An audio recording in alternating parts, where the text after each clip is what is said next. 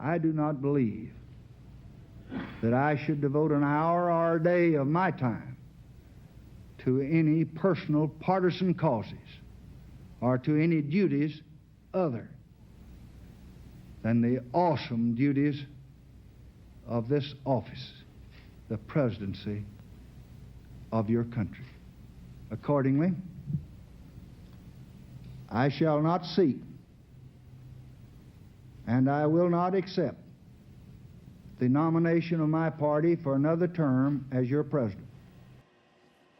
That was the last time we had an incumbent president saying, no, I'm not seeking another 4 years, let alone a chance to be renominated by my party. Of course, Joe Biden, the latest to say that, probably won't be the last. I always love these historic moments because they give me a chance to talk to probably one of the single best presidential historians on the planet, Doris Kearns Goodwin. Her latest runaway bestseller, An Unfinished Love Story, I highly recommend it. But it does look back at this 60s period. So, Doris, your thoughts on what Joe Biden did. Now, some argue it was a brave thing to do. Republicans, you might be shocked, saying he read the writing on the wall and his party's going to lose anyway. Your thoughts?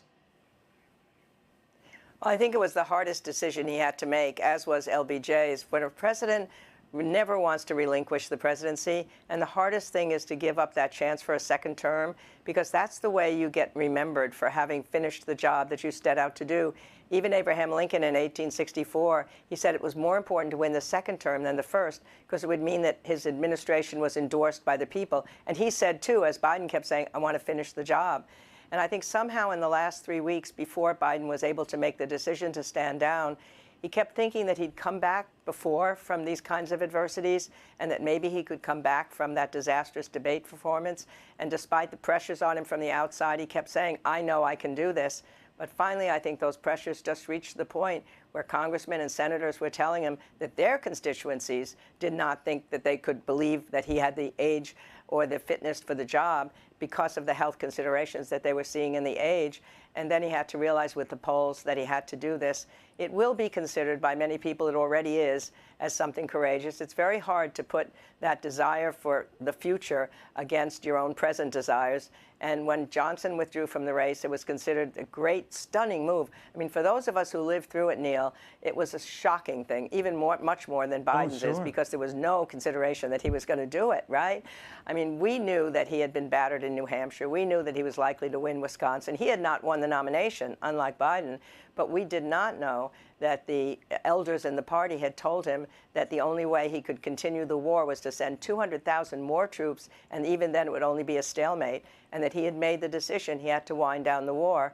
And he knew that if he did that, he would have to be believed, and he couldn't be believed as a candidate. So he came forward. The whole first part of that speech was all about the war and stopping the bombing and hoping to bring the North to the negotiating table. And then the last part, right. And you know what's interesting? The last part, they weren't even sure, the people close to him, that he would deliver that last part. It was possible he might end the speech with the war because he was going back and forth and back and forth.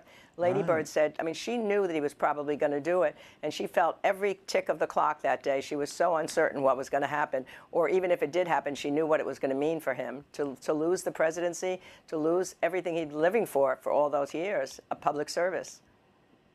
Yeah, it's hard to give a good thing. In my case, if they tried to do it to me here, Doris, I would crazy glue my hands onto the teleprompter.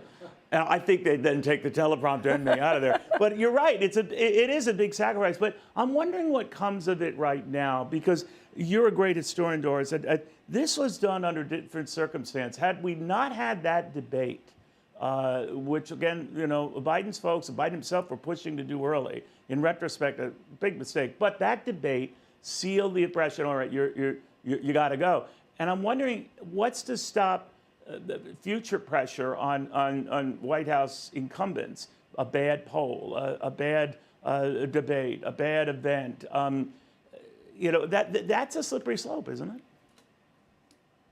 I think you're right, except that I think we have to remember that even before the debate, 3 out of 4 people thought that his age was a problem and that that would be a problem in the presidency, not simply because of where he was then, but how old he would be in the next 4 years. I mean, for Lyndon Johnson, too, one of the reasons he did do that was he knew that all the men in his family had died at 64, and he knew he'd had a major heart attack when he was in his 40s, and he wasn't sure he could live through the next term. In fact, had he won that election, he would not have lived through that next term. So I think that was already there. Otherwise, it was just a bad debate, minus the age problem, I think wouldn't have been impossible to overcome. I'm wondering, we've had a lot of one-term presidents. I think James Polk stands out as the only one who came into office one term, and that's it. They pushed him, go ahead, go for it. He was done. But they like to stay there for the most part. I guess it's a great house. You never deal with traffic. The commute is pretty good. It's just a staircase down. So what keeps them in this high-pressure job, right, Doris, where they all get so old so fast, right? Yeah, and second terms, even though they do help you reward yourself if something good happens to them, they're often difficult a second term, and the pressures are enormous. I mean, the pressures on Lyndon Johnson before he withdrew from that race, none of the days were pleasant. He would go outside and people were yelling at him, you know, how many kids did you kill today? The war was so pressuring on him.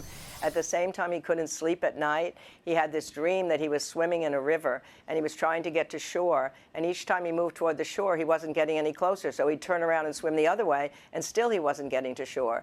So in a certain sense, he was just under enormous pressure. Teddy White, the journalist who was watching him that night of the withdrawal, with my husband actually, up in New Hampshire, he said he had seen him 5 days before, and his eyes were sunken. His voice was so soft you could hardly hear what he was saying. But then when he saw him on television that night, even before he heard what he was going to say, he said to my husband, Dick Goodwin, he said, something's up, something's changed. Look at his face, look at his face.